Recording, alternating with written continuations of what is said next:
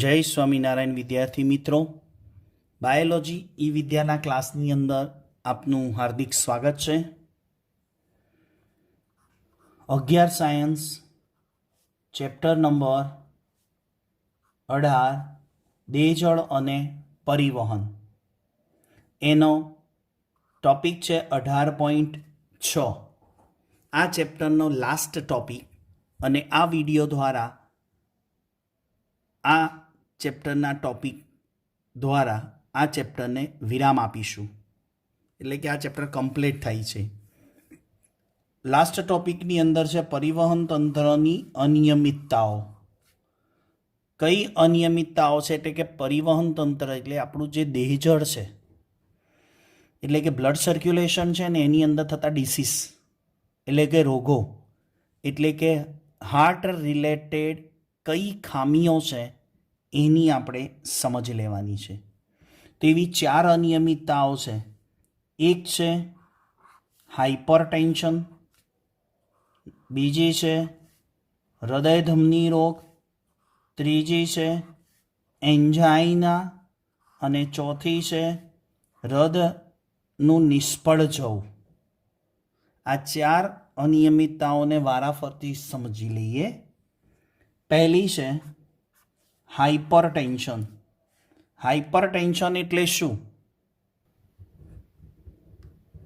Hypertension, જેને આપણે ઉચ્ચ રુધિરદાબ કહીશું, એટલે કે રુધિર ઉપર દબાણ વધે. એ કેવી રીતે ખબર પડે રુધિર ઉપર દબાણ વધે? તો એનો અર્થ કે રુધિર ઉપર દબાણ હોય છે. હા, અગાઉ રુધિરવાહિનીઓનો ટોપિક હતો જેમાં ધમની અને શીરાની વાત કરી. એ ધમનીમાં એવું ડિસ્કશન કર્યું હતું, એવું શબ્દ વાપર્યો હતો કે ધમનીઓમાં રુધિર દબાણપૂર્વક વહે છે, ધમનીઓમાં રુધિર થડકારાપૂર્વક વહે છે. અને એ પણ કારણ જણાવ્યું હતું કે શા માટે હૃદયમાંથી ધમનીઓમાં રુધિર પ્રેશર દબાણ દ્વારા વહન થાય, કે દૂર અંગો સુધી પહોંચાડવાનું છે એટલા માટે. તો આપણા શરીરમાં વહેતા રુધિર ઉપર એક ચોક્કસ દબાણ હોય છે. એ દબાણ છે ને, એક મશીન આવે છે એના વડે માપી શકાય, સ્ફિગ્મોમેનોમીટર. એના વડે રુધિરનું દબાણ માપી શકાય. એટલે તંદુરસ્ત વ્યક્તિનું રુધિર દબાણ એક છે સિસ્ટોલિક દબાણ, જેને પમ્પિંગ કહીશું, અને બીજું છે ડાયસિસ્ટોલિક દબાણ, જેને આરામ કહીશું. સાદી અને ગુજરાતી ભાષામાં એમ કહેવાય, ડૉક્ટર જ્યારે બ્લડ પ્રેશર માપતા હોય, બ્લડ પ્રેશર, બ્લડ એટલે રુધિર, પ્રેશર એટલે દબાણ, જ્યારે બ્લડ પ્રેશર માપતા હોય એ વખતે તમે જોયો હશે મશીનમાં પારો ઉપર જાય છે, મર્ક્યુરી, અને પછી સરકતો સરકતો નીચે આવે. એટલે ડૉક્ટર આ બ્લડ પ્રેશર માપીને તમને કે મને એમ કે ઉપરનું આટલું છે ને નીચેનું આટલું છે. એ શું છે ઉપરનું અને નીચેનું દબાણ? તો ઉપરનું દબાણ એટલે સિસ્ટોલિક દબાણ અને નીચેનું દબાણ એટલે ડાયસિસ્ટોલિક દબાણ. સાયન્ટિફિક વર્ડ્સ છે. આ સિસ્ટોલિક અને ડાયસિસ્ટોલિકમાં ન ખબર પડે એટલે ડૉક્ટર આપણને ઉપરનું નીચેનું એમ સમજાવે. પણ જો આપણે બાયોલોજીના સ્ટુડન્ટ્સ છીએ, સમજતા હોઈએ, તો આપણને તરત ખબર પડે સિસ્ટોલિક અને ડાયસિસ્ટોલિક. સિસ્ટોલિક પ્રેશર કેટલું હોય છે તંદુરસ્ત વ્યક્તિમાં? 120 હોવું જોઈએ. અને ડાયસિસ્ટોલિક કેટલું હોવું જોઈએ? 80. એટલે કે આ એક આપણા શરીરની સામાન્ય પરિસ્થિતિ કહેવાય હાર્ટની, કે હાર્ટની અંદર સિસ્ટોલિક અને ડાયસિસ્ટોલિક નથી કહેતા. ઘણા વ્યક્તિઓને બ્લડ પ્રેશર છે, કોઈ કહે છે મારે બીપી હાઈ રહેશે, મારે બ્લડ પ્રેશર હાઈ રહેશે. એ હાઈ રહેવું એટલે શું? એ ઊંચું રહેવું એટલે શું? તો કે સામાન્ય કયું હોય? 120 અને 80. તો સિસ્ટોલિક 120 અને ડાયસિસ્ટોલિક 80. આ યાદ રાખજો આંકડો. અને આનું માપન કોના વડે થઈ શકે? તો જે મશીન ડૉક્ટર પાસે હોય છે ને, એનું નામ છે સ્ફિગ્મોમેનોમીટર. બધા મશીનોના નામ યાદ રાખવા પડશે. સ્પિગ્મોમેનોમીટર આ આપણા શરીરનું જે રુધિર છે ધમનીઓમાં એને માપન કરે છે. જોયું હશે તમે કે એ બ્લડ પ્રેશર મશીનો ને એના વડે આપણા હાથ ઉપર ડૉક્ટર એક પટ્ટો બાંધે જેનાથી ધમનીઓ ઉપર દબાણ લાવી અને રુધિર ઉપર જરૂરી પ્રેશર આપવાનું અને પછી ધીરે ધીરે કોક ખોલી અને ડૉક્ટર બ્લડ ફ્લોને માપે છે. હવે હાઇપર ટેન્શનની સ્થિતિ શું છે? હાઇપર ટેન્શન એટલે કોઈ ચિંતા નહીં, પણ બ્લડ પ્રેશર ઊંચું રહેશે, ઉચ્ચ રુધિર દાબ ગુજરાતીમાં એમ કહેવાય. તો કઈ પરિસ્થિતિ હોય? 140 સિસ્ટોલિક હોય. સિસ્ટોલિક પ્રેશર કેટલું હોય? 140. અને ડાયસિસ્ટોલિક કેટલું હોય? 90. આ બે આંકડા જો ડેન્જરસ છે. ઉપરનું 120 હોવું જોઈએ, એની જગ્યાએ કેટલું છે? 140 છે. અહીંયા હું આંકડો લખું, નોર્મલ કેટલું હોવું જોઈએ? 120. અને અહીંયા કેટલું હોવું જોઈએ? ડાયસિસ્ટોલિક 80. તો આ 120થી અહીંયા 140 થઈ ગયું, 20 પોઈન્ટ વધી ગયું. અને અહીંયા કેટલા પોઈન્ટ વધી ગયું? 10 પોઈન્ટ વધી ગયું. તો આવી પરિસ્થિતિ હાઇપર ટેન્શન કહેવાય. એના મુખ્ય કારણો શું આવી સ્થિતિ માટે જવાબદાર? એક તો સ્મોકિંગમાં નીકળતો ધુમાડો, અને ધુમાડામાં શું હોય? Carbon monoxide.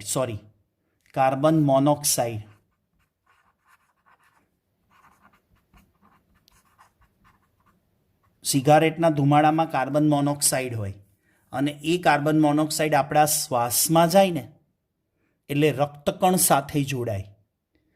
સામાન્ય રીતે 17મા ચેપ્ટરમાં એવું શીખવાડ્યું હતું કે રક્તકણ સાથે ઓક્સિજન જોડાય, પણ જ્યારે આ સ્મોકિંગ કરવાથી જે ધુમાડો ઉત્પન્ન થાય છે એ ધુમાડામાં કાર્બન મોનોક્સાઇડ છે, અને એ કાર્બન મોનોક્સાઇડ ઓક્સિજન કરતાં વધુ ઝડપે રક્તકણ સાથે જોડાઈ જાય, અને રક્તકણ સાથે જોડાઈ જાય એટલે ઓક્સિજન જોડાઈ શકતો નથી, એટલે રુધિરમાં દબાણ ઊંચું આવે. અને સાથે વધુ પડતો ચરબીયુક્ત ખોરાક ખાવાથી. આ બે કારણો સિવાય પણ આ મોટા ભાગે બે કારણો માટે હાઇપરટેન્શનની પરિસ્થિતિ આવે છે, પણ અન્ય કારણો પણ હોઈ શકે છે કે જે હાઇપરટેન્શનની પરિસ્થિતિ લાવી શકે. નુકસાન શું થાય? તો કે હૃદયરોગ થઈ શકે, હાર્ટ એટેક આવી શકે. કારણ શું? કે હાઇપરટેન્શનની સ્થિતિમાં ઘણીવાર 140ની જગ્યાએ 160, 180, 200 સુધી બ્લડ પ્રેશર જતું રહે. સિસ્ટોલિક દબાણ કેટલું જતું રહે? 200 સુધી. હવે 200 સુધી જતું રહે ને તો સીધી મગજને અસર થાય. મગજની અંદર જે બ્લડ ફરે છે ને એમાં ગાંઠો થઈ જાય, અને એ મગજની જે રુધિરવાહિનીઓ છે ને ધમની, એની અંદર મગજની ગાંઠો ફસાઈ જાય,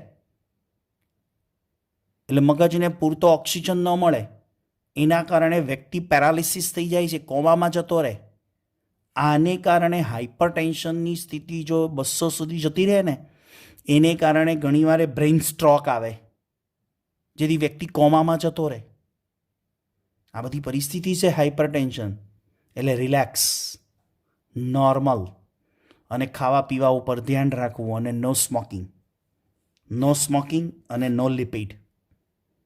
બરાબર? એટલે ડબલ ચીઝ પીઝા ખાવા નહીં. એટલે નો સ્મોકિંગ અને નો લિપિડ, એટલે ખોરાકમાં ચરબીનું પ્રમાણ ઓછું રાખવું. અને સ્મોકિંગ ક્યારે? કે ધૂમ્રપાન કરવું જોઈએ નહીં. તો આ થયું હાઇપરટેન્શનની પરિસ્થિતિ. બીજો રોગ છે હૃદય ધમની રોગ, cardiac coronary artery disease, CAD એવું પણ બોલાય છે. Coronary artery disease. આ કોરોનરી શું છે? કોરોનરી ધમની છે, ધમનીનું નામ છે. હવે કઈ ધમની છે કોરોનરી? હૃદ ધમની છે. હૃદયની દિવાલમાં આવેલી ધમની કહેવાય. એ હૃદયની દિવાલમાં આવેલી ધમની એટલે હૃદયના કોષોને, હૃદયના સ્નાયુ કોષોને બ્લડ પહોંચાડે છે. હવે એ જ હૃદયની ધમની જે છે, જે હૃદયની દિવાલમાં આવેલી છે, જે હૃદયને ઓક્સિજન પૂરો પાડે છે. હૃદય પણ એક અંગ છે. હૃદય હૃદય સ્નાયુનું બનેલું છે. તો હૃદય સ્નાયુ એ હૃદય સ્નાયુ કોષોના છે.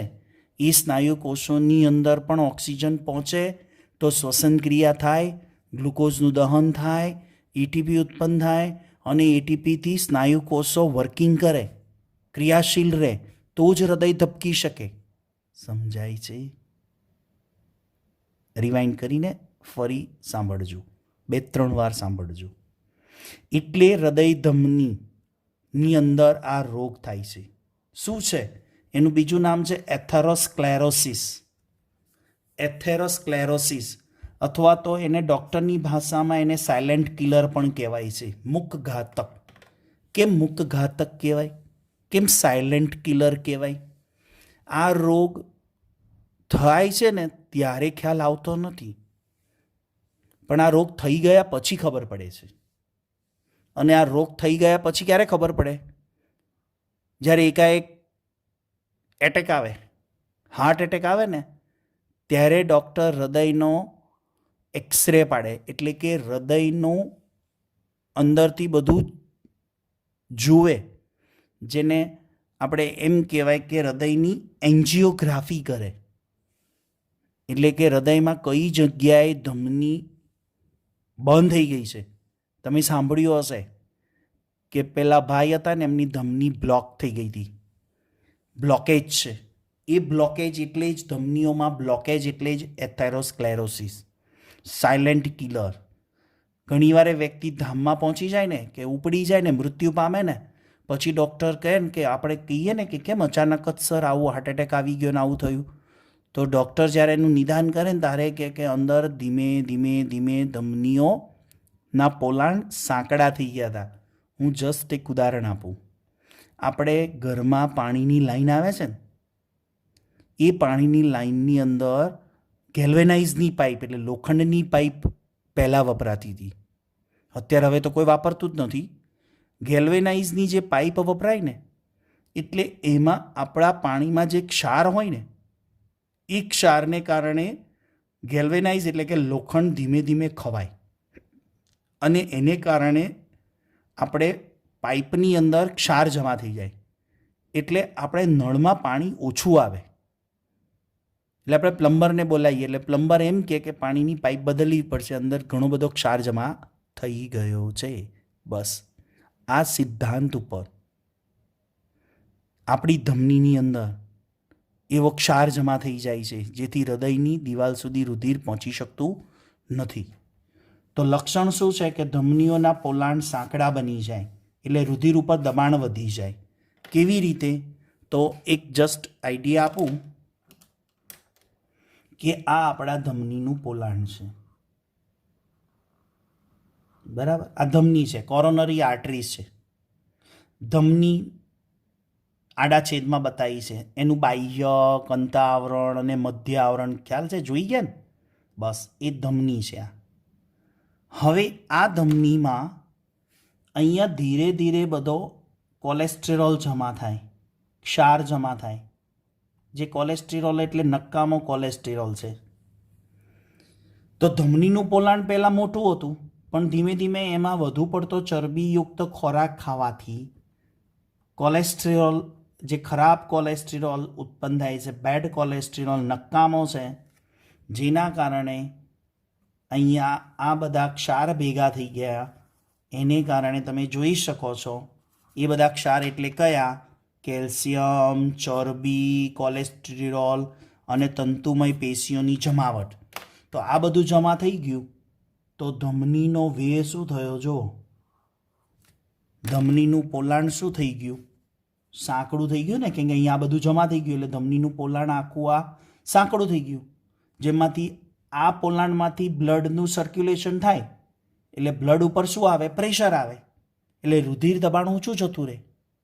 અને ઘણીવાર આ એટલો બધો, જેને આપણે નીટમાં યાદ રાખજો શબ્દ છે, પ્લેક કહેવાય. શું કહેવાય? પ્લેક. આવો પ્લેક જમા થઈ જાય અને આ ધીમે ધીમે હજુ વધે ને પ્લેક, તો વિચારો કેટલું ધમનીનું પોલાણ સાંકડું થઈ જાય. આને કેટલી સાંકડી થઈ છે, કેટલો પ્લેક જમા થયો છે, તો ડૉક્ટર એની એન્જિયોગ્રાફી કરે. એન્જિયોગ્રાફી એટલે આપણું સાથળ હોય ને, સાથળમાંથી એક તાર ઉતારે, કેથરેટ કહેવાય, અને એ છેક હૃદયની કોરોનરી સુધી જાય અને ટીવી સ્ક્રીન ઉપર દેખાય કે આ કેટલી બ્લોક છે. ડૉક્ટરની ભાષામાં એવું કહેવાય 80% બ્લોક, 90% બ્લોક, 95% બ્લોક. એટેક આવ્યો હોય ને ત્યારે એ વખતે 99, 98, 95% બ્લોક હોય. અને ચાલુ એટેકની અંદર ડૉક્ટર આવું કેથરેટ નાખી અને જોઈ શકે જો વ્યક્તિ મૃત્યુ ન પામ્યો હોય તો. ઘણીવાર ધમની 100% બ્લોક હોય એટલે જ એટેક આવ્યો હોય. પછી એનો ઈલાજ શું? જો આવી ધમની બ્લોક હોય તો એનો ઈલાજ શું? તો પહેલેથી ખાવા ઉપર ધ્યાન આપવું પડે. પણ થઈ ગયું, પ્લેક આવો જમા થઈ ગયો અને પછી એન્જિયોગ્રાફી કરાવીએ છીએ અને ડૉક્ટર કહે છે તમારે 80% બ્લોક છે, એક 90% બ્લોક છે, તો એનો ઈલાજ શું? તો ડૉક્ટરી ભાષામાં કહે છે એન્જિયોપ્લાસ્ટી કરવી પડે. એન્જિયોપ્લાસ્ટી એટલે શું, જેનું ડિસ્કશન આપણે ઝૂમ ઉપર કરીશું. જરા લેક્ચર આવે ત્યારે ક્વેશ્ચન અવશ્ય પૂછજો કે સર એન્જિયોગ્રાફી ઉપર ડિસ્કશન કરો. અને જો એન્જિયોગ્રાફી પણ સક્સેસ ના જાય તો ડૉક્ટરો પાસે બીજો એક ઇલાજ છે બાયપાસ સર્જરી, જે તમે સાંભળ્યું હશે. અને એન્જિયોપ્લાસ્ટીનું ટૂંકમાં કહી દઉં, સ્ટેન્ટ ઉમેરવાનો. એટલે આવી સ્પ્રિંગ જેવો એક સ્ટેન્ટ આવે એ ઉમેરી દઈએ બ્લડમાં, એટલે બ્લડમાં પસાર થાય ને અહીંયા આવે એટલે સ્પ્રિંગ જેવો છે જેને સ્ટેન્ટ કહેવાય, એને કારણે ધમનીઓના પોલાણ પહોળા બની જાય અને રુધિરનો ફ્લો રેગ્યુલર બને. અને જ્યારે થર્ડ મેથડ છે, બીજી મેથડ છે બાયપાસ સર્જરી. તો આ વાત થઈ હૃદય ધમની રોગ, એથેરોસ્ક્લેરોસી, કોરોનરી આર્ટરી ડિસીઝ. ત્રીજો રોગ છે એન્જાઇના. એન્જાઇના પેક્ટોરિસ એવું પણ બોલાય છે. તો આની અસર, આનું લક્ષણમાં શું છે? હૃદયના સ્નાયુઓને પૂરતો ઓઢવું ન મળે, બીજું કોઈ પણ કારણ હોય, એ કારણમાં ઓક્સિજન પૂરતો ન મળતો હોય, એટલે એને લીધે છાતીમાં એકદમ હેવી દુખાવો થાય, તીવ્ર ચેસ્ટ પેઇન થાય. એને ડૉક્ટરી વર્ડ્સમાં શું કહે છે? એને ચેસ્ટ પેઇન કહેવાય. એ ચેસ્ટ પેઇન એટલે આવા સ્નાયુઓ જકડાઈ જાય, એને એન્જાઇના કહેવાય. અને આ મધ્યમ વયની વ્યક્તિઓમાં અને મોટી વ્યક્તિઓમાં સામાન્ય છે, પણ હવે તો એમ કહેવાય છે કે એન્જાઇના કોઈ પણ ઉંમરમાં થાય.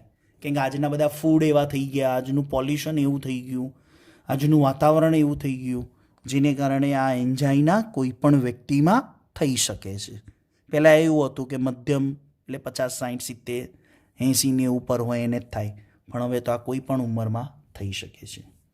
અને લાસ્ટ ચોથી ડિસઓર્ડર છે, અનિયમિતતા છે, હૃદયનું નિષ્ફળ જવું, હાર્ટ ફેલ્યોર, કોન્જેસ્ટિવ હાર્ટ ફેલ્યોર. એની અંદર ફેફસામાં રુધિરનો ભરાવો થઈ જાય.